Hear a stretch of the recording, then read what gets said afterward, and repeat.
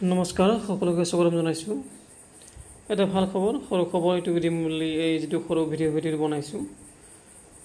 যোৱাবাৰ যিবিলাকে এপ্লাই কৰিছিলে LP আৰু UPৰ বাবে শিক্ষক পদৰ বাবে তেওঁলোকৰ যিটো ডকুমেণ্ট ভেৰিফিকেশ্যন হ'বলগীয়া আছিলে এতিয়া ওলাই পৰিলেহি। গতিকে এইটো ছেকেণ্ড লিষ্ট হয়, যোৱাবাৰ ফাৰ্ষ্ট লিষ্ট অলৰেডি ওলাই গ'ল। গতিকে যিবিলাকে ফাৰ্ষ্ট লিষ্ট হ'ল তেওঁলোকৰ হ'ল, এতিয়া যিবিলাকৰ ছেকেণ্ড লিষ্টত নামত আহিছে তেওঁলোকে এতিয়া ডকুমেণ্ট ভেৰিফিকেশ্যন কৰিবলৈ যাব পাৰিব। আপোনালোকে দেখিবলৈ পাই আছে ইয়াত ডেটটো দিয়া হৈছে জুন মাহৰ 27 তাৰিখৰ পৰা ধৰি জুলাই মাহৰ 8 তাৰিখলৈকে আপোনালোকৰ যিটো ডকুমেণ্ট ভেৰিফিকেশ্যন সেইটো চলিব। ইয়াত আপোনালোকে দেখিবলৈ পাই আছে ৰহিকা Assam agricultural university international guest house বুলি কৈছে কাহিলীপাৰা, তাতে আপোনালোকৰ যিটো ডকুমেণ্ট ভেৰিফিকেশ্যন সেইটো হ'ব।